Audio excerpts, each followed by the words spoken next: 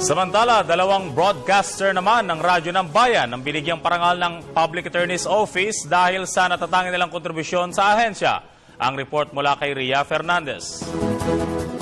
Sa ikalawang pagkakataon, binigyang parangal ng Public Attorney's Office o PAO si Radyo ng Bayan producer-announcer Francis Cancino.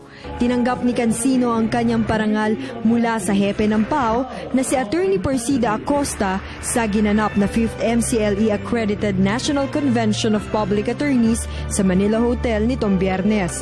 Dito, nagpasalamat si Cancino sa pagkilala ng PAO sa kanyang naging ambag sa ahensya bilang isang broadcaster. Sa ikalawang pagkakataon ako po ay narito muli nakalaan. Bukas ang aming pintuan ng ating Philippine Broadcasting Service, Radyo ng Bayan, bilang bihikulo ng pagpapalaganap ng tulong, pagpapahatid ng mga pangangailangan ng ating mga kababayan saan man sulok ng daigdig. Dito po sa pamamagitan ng inyong Public Attorney's Office tie-up, ituloy po ninyo na isa ang Radyo ng Bayan sa inyong kaibigan habang buhay. Sa maliit naming kakayanan, alam namin makatutulong kami sa pagpapalaganap ng mga advokasya ng Public Attorney's Office. Mabuhay po kayo.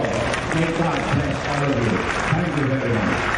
Sa parehong okasyon, kinilala rin si Radyo ng Bayan producer-announcer Ray Sampang. Hindi po kami bibitaw sa Public Attorney's Office.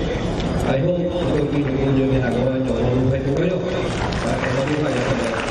Katuwang ng PAO sila Cancino at Sampang sa pagpapalaganap sa publiko ng mga programa ng ahensya. Kilala ang PAO na nagbibigay ng mga libreng serbisyo legal sa mahihirap nating mga kababayan. Bukod dito, mayroon ba silang ibang mga serbisyo tulad ng libreng serbisyo medikal at outreach programs.